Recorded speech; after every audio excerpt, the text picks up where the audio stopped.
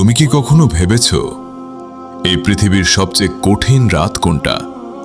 না, সেটা পরীক্ষার রাত না, না সেটা কোনো কষ্টের রাত না। সবচেয়ে কঠিন রাত হলো কবরের প্রথম রাত। একটা রাত যেখানে তুমি একা, কেউ পাশে থাকবে না। যখন একজন মানুষ মারা যায়, তাকে গোসল করানো হয়, কাফন পরানো হয়, তারপর জানাজা শেষে কবরের দিকে নিয়ে যাওয়া হয়। মানুষ কাঁদে, দোয়া করে, তারপর সবাই ধীরে ধীরে চলে যায়। রাসূল সাল্লাল্লাহু আলাইহি ওয়াসাল্লাম বলেছেন, মানুষকে যখন কবরস্থ করা হয় এবং তার সঙ্গীরা চলে যায়, সে তাদের জুতার আওয়াজ পর্যন্ত শুনতে পায়। সহিহ বুখারী। ভাবো, সবাই চলে গেছে, তুমি একা পড়ে আছো অন্ধকারে। চারদিকে অন্ধকার, নীরবতা, কোনো শব্দ নেই। এই দুনিয়ায় তুমি যত মানুষকে ভালোবাসো, আজ কেউ তোমার সাথে নেই। এখানেই শেষ হয়ে যায় দুনিয়ার সব অহংকার। হঠাৎ করে দুইজন ফেরেশতা আসে। তাদের নাম মুনকার নাকির রাসূল। সাল্লাল্লাহু আলাইহি ওয়াসাল্লাম বলেছেন, দুইজন ফেরেশতা এসে তাকে বসিয়ে প্রশ্ন করে, তিরমি। তাদের কণ্ঠ কঠিন, তাদের উপস্থিতি ভয়ঙ্কর।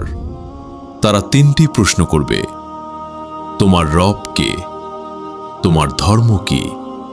এই ব্যক্তিকে মুহাম্মদ সাল্লাল্লাহু আলাইহি ওয়াসাল্লাম। এই প্রশ্নের উত্তরই ঠিক করবে তোমার পরবর্তী অবস্থা। যদি তুমি দুনিয়ায় নামাজ পড়ো, আল্লাহকে স্মরণ করো, তাহলে তুমি বলবে, আমার রব আল্লাহ, আমার ধর্ম ইসলাম, তিনি মুহাম্মদ সাল্লাল্লাহু আলাইহি ওয়াসাল্লাম। রাসূল সাল্লাল্লাহু আলাইহি ওয়াসাল্লাম বলেছেন, কবর হয় জান্নাতের বাগান অথবা জাহান্নামের গর্ত। তিরমি। তখন কবর প্রশস্ত হয়ে যাবে, আলোতে ভরে যাবে। যারা দুনিয়ায় আল্লাহকে ভুলে গেছে, নামাজ ছেড়ে দিয়েছে, তারা বলবে, আমি জানি না। তখন কবর সংকুচিত হয়ে যাবে, অন্ধকার হয়ে যাবে। এই দুনিয়া চিরস্থায়ী না। আজ আছি, কাল নেই।